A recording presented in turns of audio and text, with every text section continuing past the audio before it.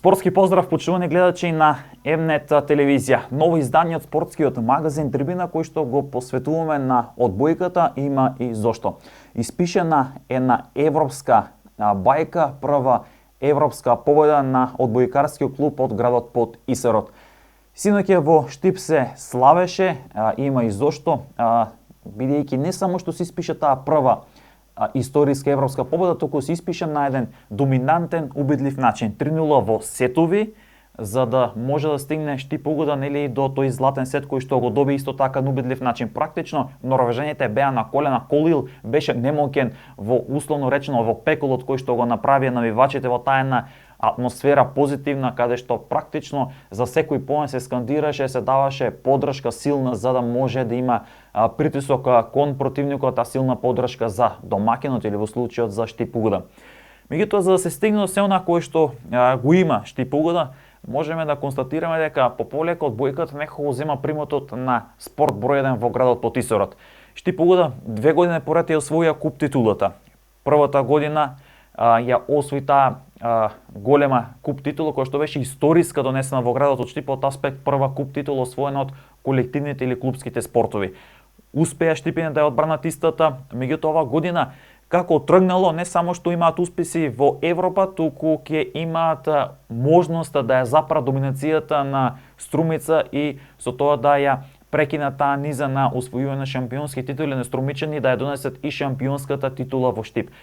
Штип угода триумфира и синоќа во спортската сала 25 мај, најувајќи дека не само што ќе сака да направи еден голем успех и против италијанскиот Милано, туку практично да може да ја освои двојната круна во домашниот шампионат, односно да ја освои шампионската титула во првата одбојкарска лига на Македонија и да ја одбрани куп титулата, што ќе биде нов голем успех. Токму поради тоа констатирам дека дефинитивно градот под Исерот, кој што всушност живее и дава силна поддршка за одбојката, затоа и реков дека одбојката станува спорт број 1 во Штип. Ќе имаме можност да ги проследиме разговорите кои што ги направивме со двајцата тренери. Тоа е Кристијан Ристевски, македонскиот стратег од Крушево, кој што го води Штип угода, како и хрватскиот стратег Томислав Лози, кој што го води тимот на Колил од Норвешка.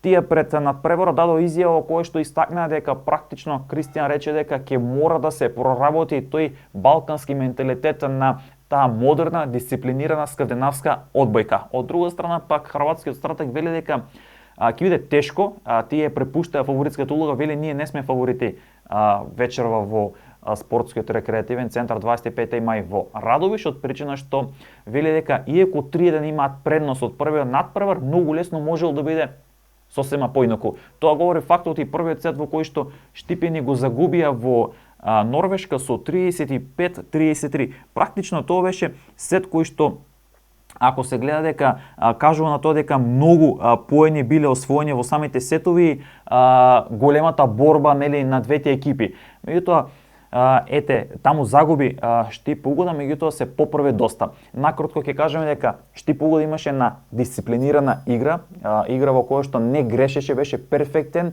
максимално сконцентриран. Тоа е она кое што го најави Кристијан Ристевски дека ќе биде потребно за да може да се триумфира, и она што го најави Ристевски всушност и се оствари. Одеме најпрво да ја проследиме изјавата на Кристијан Ристевски дадена неколку часа пред оваа голема европска победа и она што го изјави хрватскиот стратег пред почетокот на надпреворот во Радовиш, па се враќаме со анализа.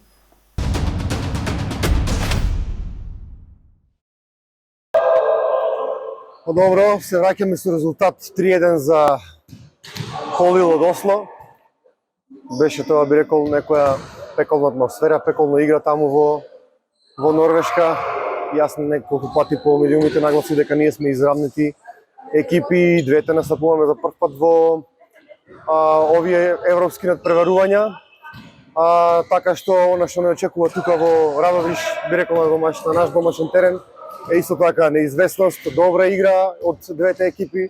Ми нагласи само дека Колил се доста искусна екипа, игра доста дисциплинирана скандинавска одбојка, која што ја краси со доста одбрана, неизвестности и, како што кажав, карактеристика кај нив е школската скандинавска одбојка. Така што би било тешко за нас, меѓутоа ние покажавме таму дека балканскиот менталитет може да проработи на гостински терен, иако помлада, далеку помлада екипа. Тука на домашен терен во Радовиш се надевам дека теренот и како ни одговара и дека ќе успееме да анулираме таа предност од 3 освоени бодови за нив и дека би се изборили за оној златен сет со кој што доколку би го добиле, продолжуваме понатаму. И ова би било некој апел. Публиката веќе се мобилизира, но би сакал јас лично од моје име да ја повикам во што поголем број пред се да гледат квалитетна одбојка меѓународна, а и да не поддржи да достигнеме нели до овој резултат кој што го посетуваме. Пристигнавме во Штип и сме задоволни од пречекот. Го одработевме првиот тренинг и подготвени сме за надпреварот. Имаме 3-1 од првиот надпревар, но не беше лесно. Можеше резултатот да биде поинаков во полза на противникот. Ние сме свесни дека не сме фаворити, но јас секогаш кажувам дека е 50-50 пред да започне надпреварот и многу веројатно подобрата екипа ќе патува во следната фаза.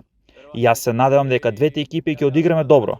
Моите играчи ќе ја осетат атмосферата која јас ја осетив пред 35-40 години кога играв во Скопје и Струмица. Се надевам дека атмосферата во салата ќе биде добра. Добар надпревар и ако изгубиме, ќе му честитам на противникот.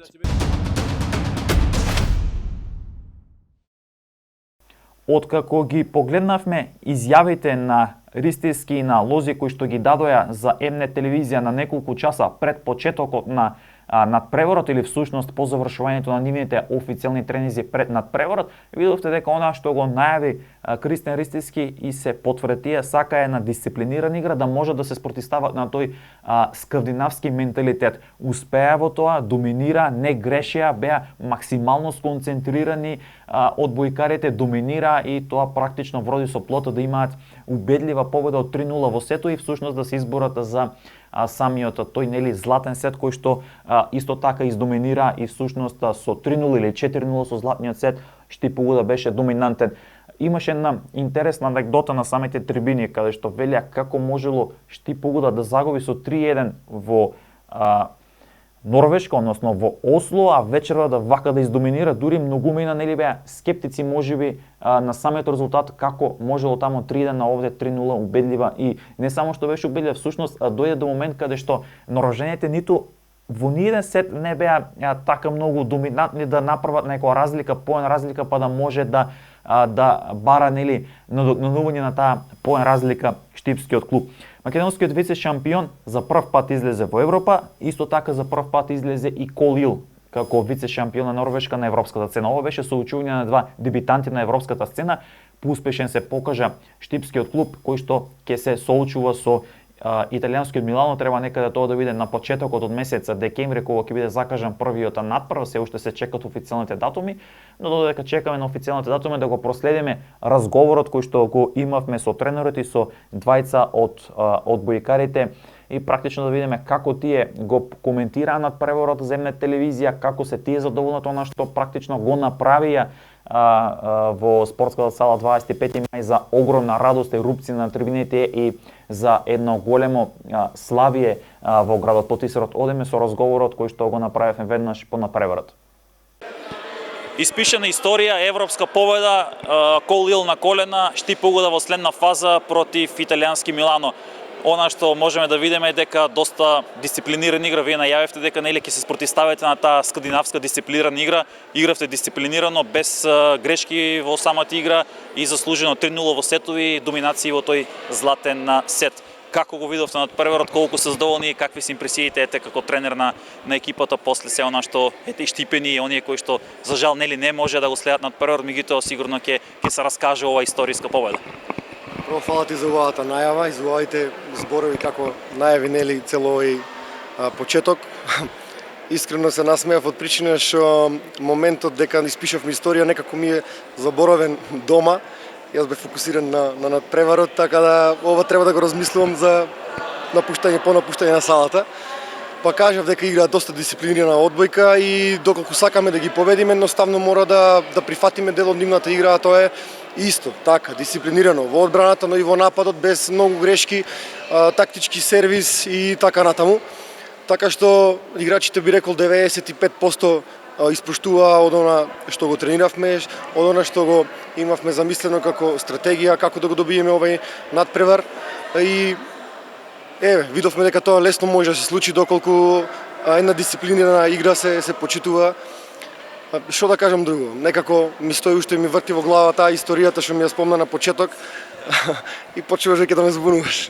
Доста беа само домашни истории освоен куп оваа година, сигурно освен европската историја, да речем, ќе има уште една историја, претпоставам атак на таа двојна круна и во домашниот шампионат да се сруши доминацијата на Струмица и во шампионатот. Па види, некако на сите ни е чудно да движиме паралелно во првенство и вакви меѓународни надпревари.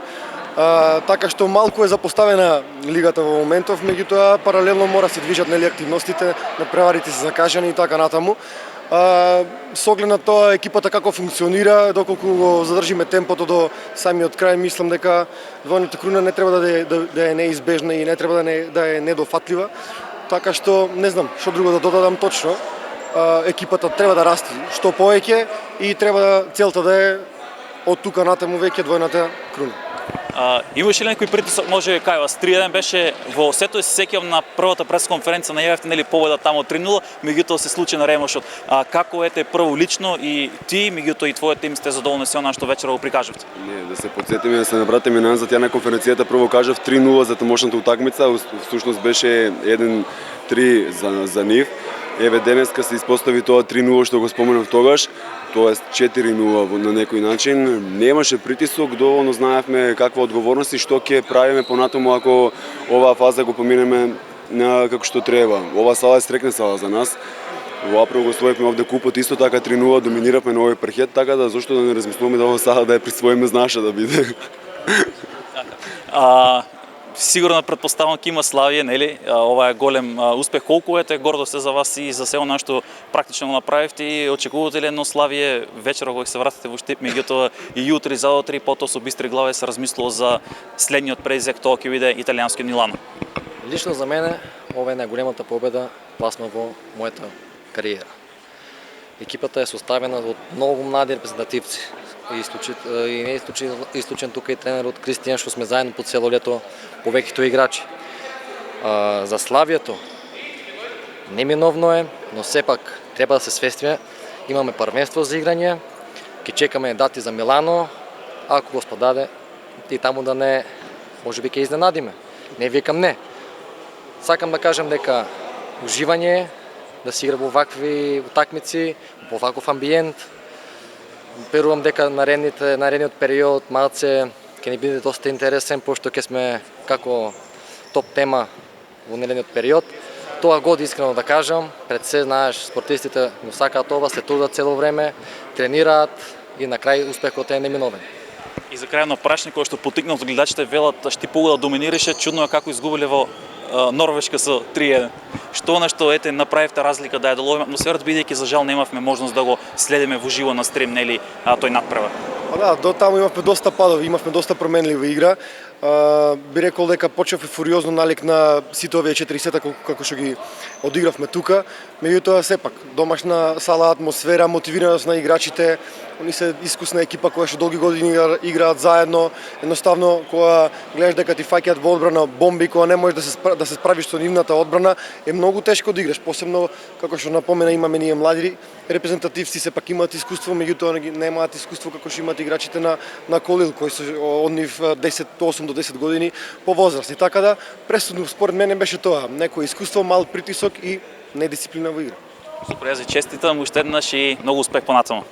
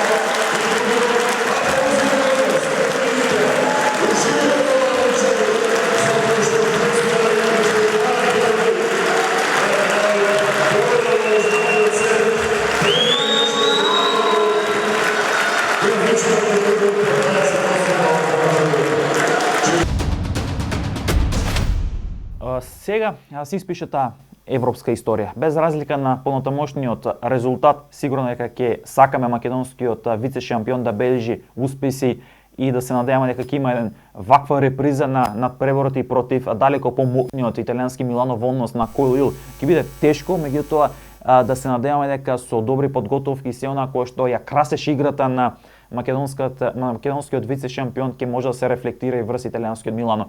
Она што исто така треба да го спомнеме, видовте од самиот разговор, млади репрезентативци, млади играчи кои што ќе се наметнуваат, сигурно е дека овие играчи кои што сега го носат дресот на Штипогуда, војдина ќе бидат носителите на самата игра во репрезентацијата, ќе бидат костурот на репрезентацијата. Всушност, ако претходно Струмица ги даваше репрезентативците во македонската репрезентација, ова сега ќе биде Штипогуда да ги дава всушност репрезентативците во македонската репрезентација.